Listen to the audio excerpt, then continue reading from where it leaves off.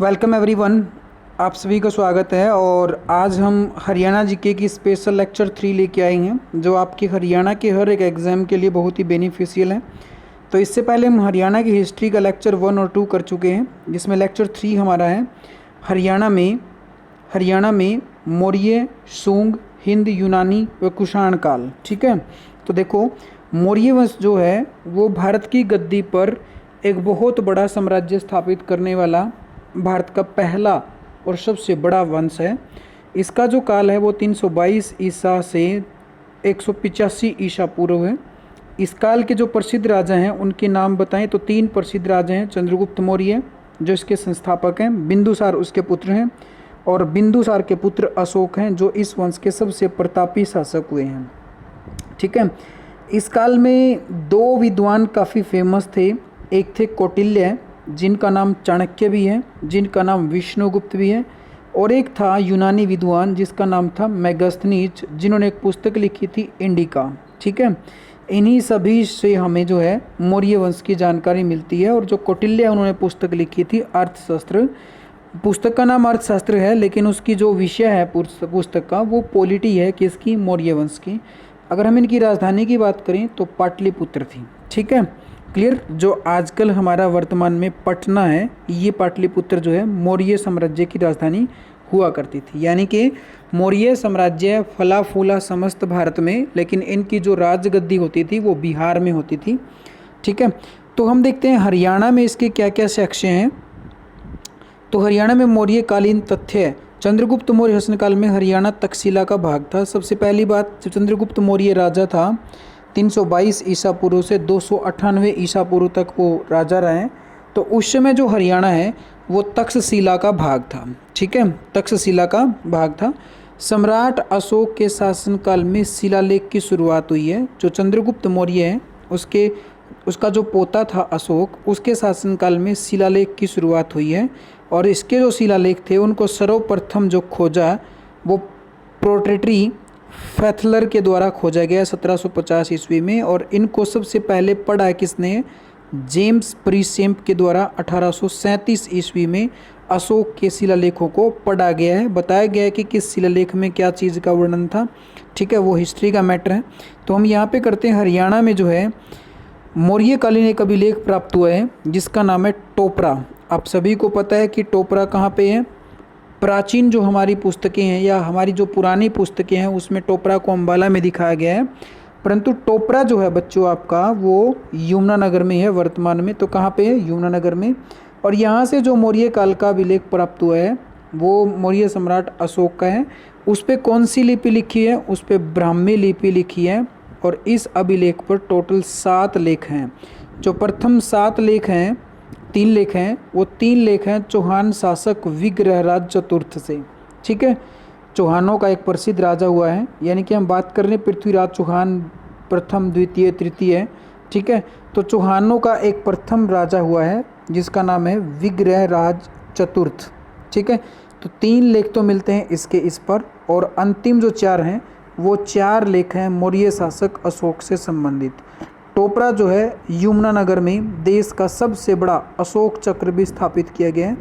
और 1453 ईस्वी में फिरोज शाह तुगलक द्वारा ये टोपरा स्तंभलेख यहाँ से उखड़वा करके दिल्ली में, ठीक है, जहाँ पे कुतुब मीनार है, उस स्थान का नाम है महरौली। ठीक है, तो महरौली में इसको स्थापित करा दिया गया। नेक्स्ट देखते हैं आगे, सूद अभिलेख, ये भी मौर्य काल का है।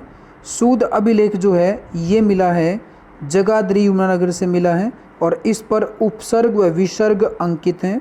ठीक है, उपसर्ग और विसर्ग अंकित हैं। यह भारत में 12 खड़ी लिपि का सबसे प्राचीनतम अभिलेख है। भारत में 12 खड़ी लिपि का सबसे प्राचीनतम अभिलेख है। नेक्स्ट है करनाल अभिलेख। करनाल अभिलेख जो है करनाल से प्राप्त खरोष्टी लिपि का अभिलेख है। खरोष्टी लिपि का अभिलेख है। और तालाब निर्माण की जानकारी हमें इस अभिलेख से मिलती है। ठीक है, इसके बाद जैसे जैसे चंद्रगुप्त मौर्य की मृत्यु चली गई, उसका साम्राज्य उसके पुत्र के पास चला गया, और उसके बाद उसके पुत्र अशोक के बाद चला गया। और अशोक की मृत्यु के बाद जो मौर्य शासक थे उनमें राष्ट्रीय चेतना का अभाव था। उन्होंने क्या किया, एक साम्राज्य के अधीन खुद को एकता के सूत्र में न बांध करके खुद को अलग अलग राजा घोषित कर लिया, जिसका फ़ायदा उठाया बाहरी शासकों ने। और बाहरी शासकों ने जैन के जो सामंत होते थे, जैसे इनके सामंत थे शुंग शासक, तो शुंग शासकों ने क्या किया, मौर्य शासकों को मार करके शुंग वंश की स्थापना इस पर कर दी। तो इसके संस्थापक है शुंग वंश के पुष्यमित्र शुंग। शुंग वंश के प्रसिद्ध पुरोहित है महर्षि पतंजलि। पतंजलि जो है इन्होंने एक पुस्तक लिखी है महाभाष्य और अष्टांग योग, ये 2 पुस्तकें हैं जो इनकी बहुत फेमस हैं। हरियाणा में शुंग कालीन जो मूर्ति प्राप्त हुई है हमें, ये हमारे लिए बहुत इंपॉर्टेंट पॉइंट है। ये सूद जगाधरी से प्राप्त हुई है। सूद जो एक जगह का नाम है जो जगाधरी में पड़ती है, और जगाधरी पड़ती है यमुनानगर में। ठीक है, आगे देखते हैं हिंद यूनानी। ठीक है, हिंद यूनानी यानी कि कुछ विदेशी शक्तियाँ शुंग वंश के प्रतापी शासक पुष्यमित्र शुंग की मृत्यु के बाद भारत में प्रवेश कर गई। तो भारत पर सबसे पहले आक्रमण किया हिंद यूनानियों के द्वारा, यानी कि विदेशी शक्ति कौन सी थी, हिंद यूनानी। और इनका प्रथम भारत में जो शासक था वो था डेमेट्रियस। और हिंदू यूनानियों का सबसे प्रतापी शासक था मिनांडर। और भारत में सोने के जो प्रथम बार सिक्के चलाए थे वो हिंद यूनानियों ने ही चलाए थे। और इनके सिक्के हरियाणा में 2 जगह से प्राप्त होते हैं, खोखराकोट जो कि रोहतक में है, और नौरंगाबाद जो भिवानी में है। ठीक है, आगे देखते हैं कुषाण वंश। बहुत ही प्रतापी वंश रहा है कुषाण वंश।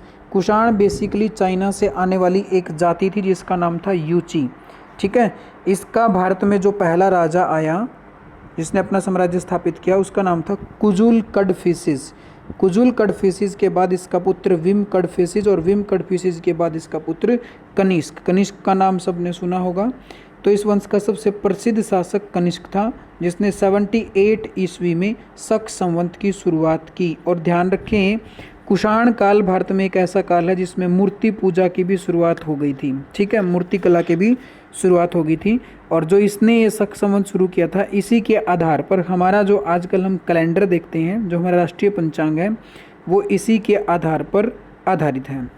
कनिष्क के समकालीन विद्वान कौन थे? चरक इस काल का प्रसिद्ध विद्वान था जो एक आयुर्वेद था। इसने एक चरक संहिता पुस्तक लिखी है। वसुमित्र जो है ये महाविभास सूत्र इसने पुस्तक लिखी है। अशोक घोष इसने बुद्ध चरित्र पुस्तक लिखी है। हरियाणा में कुषाण कालीन जो साक्ष्य है वो हमें कहाँ कहाँ से मिलते हैं? कनिष्क व कुषाणों के सिक्के मिथ्याथल भिवानी से बहुत ज़्यादा मात्रा में पाए गए हैं। कुषाणकालीन मूर्तियाँ जो मिली हैं वो रोहतक से मिली हैं, और कुषाणकालीन द्वार स्तंभ वो भी रोहतक से ही प्राप्त हुआ है। आगे देखते हैं गुप्त वंश। कुषाण वंश की समाप्ति के बाद भारत की गद्दी पर गुप्त वंश के शासक बैठते हैं, जिसके संस्थापक स्वतंत्र शासक श्री गुप्त थे जिन्होंने इस वंश की स्थापना की। और प्रथम महान शासक चंद्रगुप्त प्रथम था, इस वंश के वास्तविक संस्थापक माने जाते हैं। प्रतापी राजा चंद्रगुप्त विक्रमादित्य था। गुप्त संवत की शुरुआत 319 ईस्वी में चंद्रगुप्त प्रथम के द्वारा की गई।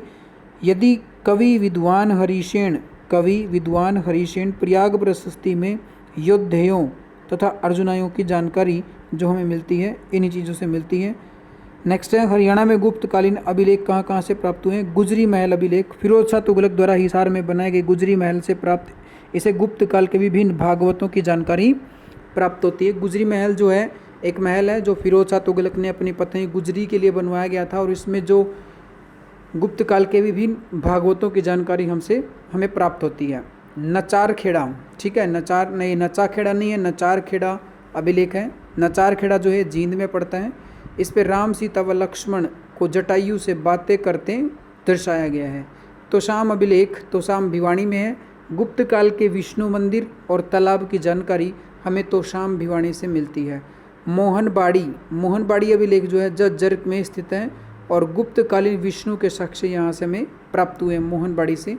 हरियाणा में गुप्तकालीन सामग्री की बात करें तो समुद्रगुप्त के सिक्के हरियाणा में कहाँ से मिले हैं? ये मिले जगाधरी व मित्ताथल से।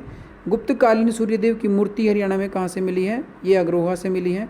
भगवान विष्णु की मूर्ति ये कहाँ से मिली है? ये मोहनबाड़ी जज्जर से मिली है। शेष सैया पर लौटे भगवान विष्णु की मूर्ति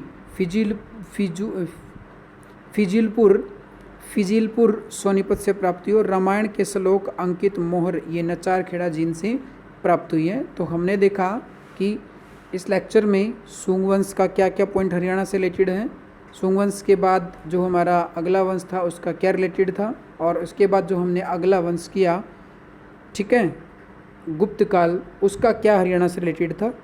ठीक है, इसके बाद जो आता है गुप्त शासकों के पतन के बाद भारत में एक राजा फेमस होता है जिसका नाम होता है हर्षवर्धन। ठीक है, और जिसने थानेश्वर को राजधानी बनाया था। तो कमिंग क्लास में बने रहिए, हम हर्षवर्धन के बारे में करेंगे, जिसमें से एग्ज़ाम में एक क्वेश्चन आपका 120% आना ही आना है। ठीक है, तो आज यहीं तक करते हैं। Thank you.